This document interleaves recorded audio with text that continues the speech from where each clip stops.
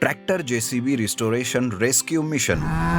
Rohan engineering की पढ़ाई पूरी करके गांव आता है और गांव में ही एक शेड बनाकर काम करने लगता है। उस गांव के धनिक का बेटा सुंदर रोहन को शेड में काम करते हुए देखकर कहता है, अरे रोहन, ये क्या, इंजीनियर होकर ये कबाड़ी वाला काम क्यों कर रहे हो? शहर में ही रहकर नौकरी क्यों नहीं कर ली? आखिर तुम गरीब लोग बड़ी बड़ी बातों को क्यों नहीं सोचते? सुंदर, मुझे गांव के लिए ही कुछ करना है। गांव के किसानों की मदद करनी है। उन्हें नए नए खेतों के उपयोगी चीजें बनाकर देनी है ताकि उन्हें खेती के लिए आसानी हो। अरे रोहन, इन गरीब किसानों के लिए इतना मत सोचो। उससे अच्छा है कि खुद के बारे में सोचो। मुझे देखो, मुझे कोई कमी नहीं है। अगर गांव के किसानों के बारे में मैं सोचते बैठता था तो आज मेरे पास कुछ नहीं होता। फिर भी तुम्हें यह सब कहकर क्या फायदा? ठीक है, तुम करो अपना कबाड़ी वाला काम, मैं चला। रोहन अपनी शेड में काम करते हुए किसानों के लिए पुरानी चीजों का रिस्टोरेशन करके उनसे नई चीजें बनाता था, जैसे कि ट्रैक्टर से चलने वाला हल, वाटर पंप आदि चीजें बनाता था।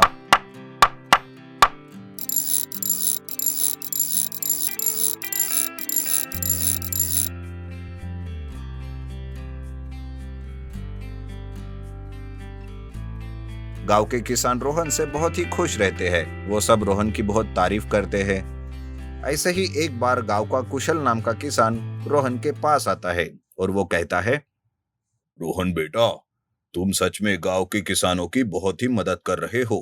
वैसे ही मुझे भी तुम्हारी मदद की जरूरत है। क्या मेरी मदद करोगे तुम?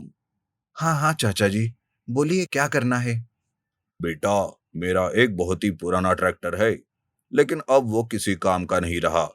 अब खेतों में जुताई के कामों के लिए उस ट्रैक्टर का इस्तेमाल कर सकते हैं। अगर तुमने उसे ठीक कर दिया तो बहुत अच्छा होगा बेटा। आजकल उस सुंदर ने ट्रैक्टर का किराया भी बढ़ा दिया है। जी चाचा जी, दिखाइए कहाँ है आपका पुराना ट्रैक्टर।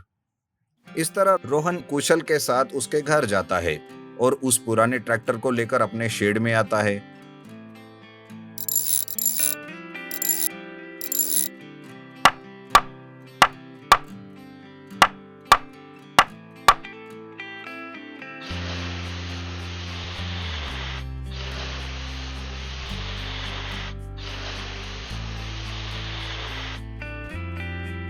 और उसका रिस्टोरेशन करके खुद के पास पड़ा हुआ एक जेसीबी का हैंड फिट कर देता है। उससे वो एक ट्रैक्टर जेसीबी बन जाता है। उस ट्रैक्टर जेसीबी को देखकर कुशल कहता है, अरे वाह बेटा, तुमने तो बहुत ही अच्छा ट्रैक्टर जेसीबी बनाया है। इससे हम जैसे किसानों और मजदूरों के काम आसान हो जाएंगे, और तो और हमारा किराया भी बचेगा। तुम्हारा बहुत बहुत शुक्रिया बेटा। इसमें शुक्रिया की कोई बात नहीं चाचा जी। मैं तो इसी काम के लिए गाँव आया हूँ, ताकि आप लोगों की मदद कर सकूं और गांव की तरक्की भी। बेटा, ये ट्रैक्टर जेसीबी आज से तुम्हें अपने पास ही रखना है। जरूरत होने पर हम किसान इसका इस्तेमाल करते जाएंगे। ऐसा कहकर कुशल ट्रैक्टर जेसीबी वही रोहन के पास छोड़कर वापस घर चला जाता है। दूसरे दिन से रोहन ही खेतों में ट्रैक्टर जेसीबी से काम करने लगता है।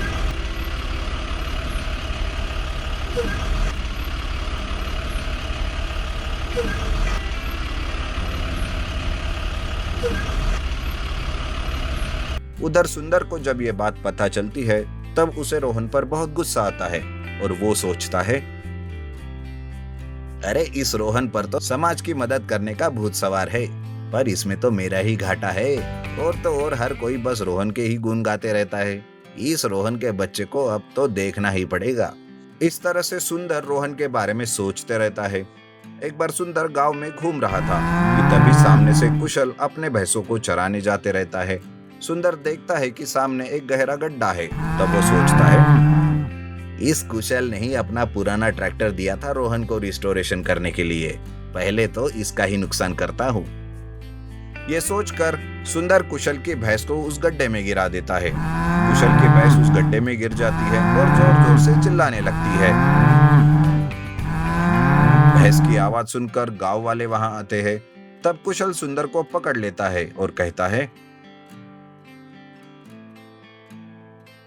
तुमने ही मेरी भैंस को गड्ढे में गिराई है ना, अब तुम्हें भी मैं इसी गड्ढे में फेंक देता हूँ। कुशल और सारे गांव वाले सुंदर को पकड़कर उस गड्ढे में डालने की कोशिश करते हैं।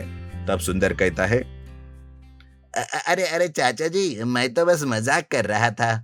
मुझे नहीं लगा था कि भैंस सच में गड्ढे में गिर जाएगी। अब मुझे माफ कर दो, लेकिन मुझे गड्ढे में मत डालो।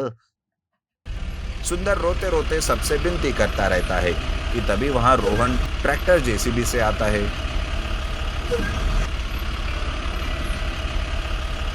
और गांव वालों को रोकते हुए कहता है, कृपया आप सब रुक जाइए, शांत हो जाइए। पहले उस भैंस को गड्ढे से बाहर निकालते हैं, बाद में देखते हैं कि सुंदर का क्या करना है। अरे रोहन, मुझे माफ कर दे यार। मैंने तुमसे ही बदला लेने के लिए ये सब कुछ किया है। आज के बाद मैं कभी ऐसा काम नहीं करूंगा और सबके साथ अच्छा बर्ताव करूंगा। सुंदर रोहन और गांव वालों की माफी मांगता है। गांव वाले भी उसे छोड़ देते हैं। रोहन अपने ट्रैक्टर जेसीबी से गड्ढा खोदता है और भैंस को वहां से बाहर निकालता है। इस तरह से रोहन ने अपने ट्रैक्टर जेसीबी से भैंस को बचा लिया।